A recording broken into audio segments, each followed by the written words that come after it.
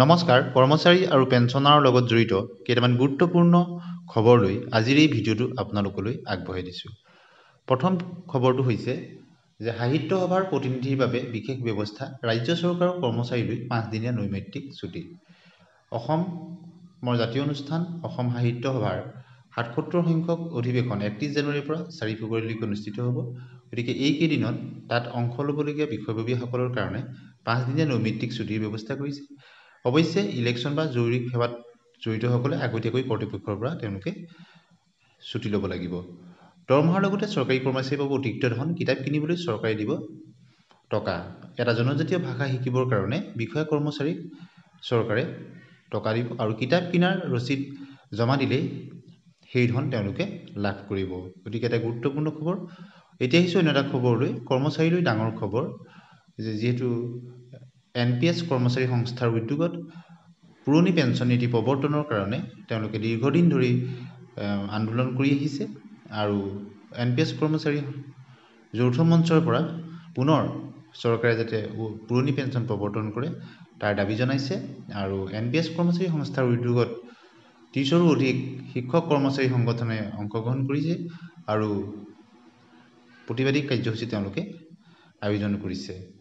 অৰ্থাৎ নতুন যি পেঞ্চন ব্যৱস্থা সেই পেঞ্চন ব্যৱস্থাৰ পৰিৱৰ্তে পুৰণি পেঞ্চন ব্যৱস্থা যাতে ঘূৰাই আনে তাৰ কাৰণে চৰকাৰৰ বিৰুদ্ধে তেওঁলোকে মাত মাতিছে যাতে পুৰণি পেঞ্চন নীতি পুনৰ ঘূৰাই অনা হয়। এতিয়া আহিছোঁ অন্য এটা খবৰলৈ। কেন্দ্ৰীয় চৰকাৰৰ কৰ্মচাৰীসকলৰ বাবে কিছু ইতিবাচক আপডেট।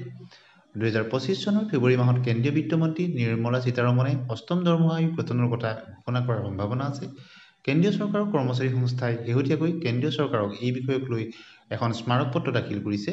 তেওঁলোক আশাবাদী যে কেন্দ্ৰীয় চৰকাৰে সম্ভৱতঃ তেওঁলোকৰ অনুৰোধৰ সৈতে মিল থকা এটা সিদ্ধান্ত ল'ব। অৰ্থাৎ আগন্তুক বাজেটতে ভাল খবৰ আহিব বুলি সকলোৱে আশা কৰি আছে। অন্য এটা খবৰ যে ৰাজ্যৰ অপ্ৰাদেশিকৃত শিক্ষানুষ্ঠানসমূহ নতুন বছৰত প্ৰাদেশিকীকৰণৰ ভাল খবৰ পাব পাৰে। শিক্ষামন্ত্ৰী মহোদয়ে তেখেতৰ বক্তব্য আগবঢ়াইছে।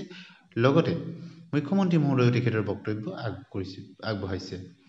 শিক্ষামন্ত্ৰী মহোদয়ে জানিবলৈ দিয়ে যে অখিল ভাৰতীয় বিদ্যাৰ্থী পৰিষদৰ লখিমপুৰৰ ৰাজ্যিক অধিৱেশনৰ কাৰ্যসূচীত অংশগ্ৰহণ কৰি সন্মানীয় শিক্ষামন্ত্ৰী মহোদয়ে এক আছুতীয়া সাক্ষাৎকাৰত কয় যে মুখ্যমন্ত্ৰীয়ে ইতিমধ্যে ফেচবুক লাইভত অপ্ৰাদেশিকৃত শিক্ষানুষ্ঠানসমূহৰ প্ৰাদেশিকীকৰণ কৰাৰ ইংগিত দিয়াৰ কথা মন্তব্য কৰি কৈছে যে অপ্ৰাদেশিকৃত শিক্ষানুষ্ঠানসমূহৰ সমস্যাক লৈ ৰাজ্য চৰকাৰ সংবেদনশীল আৰু তেওঁলোকৰ প্ৰতি চৰকাৰৰ সহমৰ্মিতা থকাৰ পিছতো আইনগত বাধা বা বিত্ত বিভাগৰ নীতি নিয়ম মানি চলিব লগা হৈছে।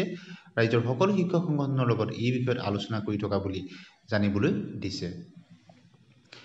গতিকে ৰাজ্য BTRৰ অপ্ৰাদেশিকৃত শিক্ষানুষ্ঠানসমূহৰ ক্ষেত্ৰতো এখন চুক্তিত 6 নং 3 দফাত BTRৰ ভিতৰত থকা আৰু BTRৰ বাহিৰত থকা বড়ো মাধ্যমৰ শিক্ষানুষ্ঠানসমূহৰ প্ৰাদেশিকীকৰণৰ ব্যৱস্থা কৰা হৈছে। কিন্তু ইয়াৰ ক্ষেত্ৰতো নিৰ্ধাৰিত বিধি থকা বুলি উল্লেখ কৰি তেওঁ কয় যে শিক্ষানুষ্ঠান প্ৰাদেশিকীকৰণৰ ক্ষেত্ৰত থকা আইনৰ মূল কাঠামো সলনি নকৰাকৈ কোনো আনুষংগিক বিষয়ৰ ওপৰত থকা বাধা আঁতৰাই যোগাত্মকভাৱে সমস্যাটো সমাধান কৰাৰ প্ৰচেষ্টা চলাই থকা হৈছে। আনহাতে চৰকাৰী শিক্ষানুষ্ঠানৰ ছাত্ৰ-ছাত্ৰীৰ পাছ-ফেইল ব্যৱস্থাটো কেন্দ্ৰীয় চৰকাৰে সংশোধন কৰি ৰাজ্য চৰকাৰসমূহক পঞ্চম আৰু অষ্টম শ্ৰেণীৰ ছাত্ৰ-ছাত্ৰীৰ মাজত পাছ-ফেইলৰ ব্যৱস্থাৰে পৰীক্ষা পাতিবৰ কাৰণে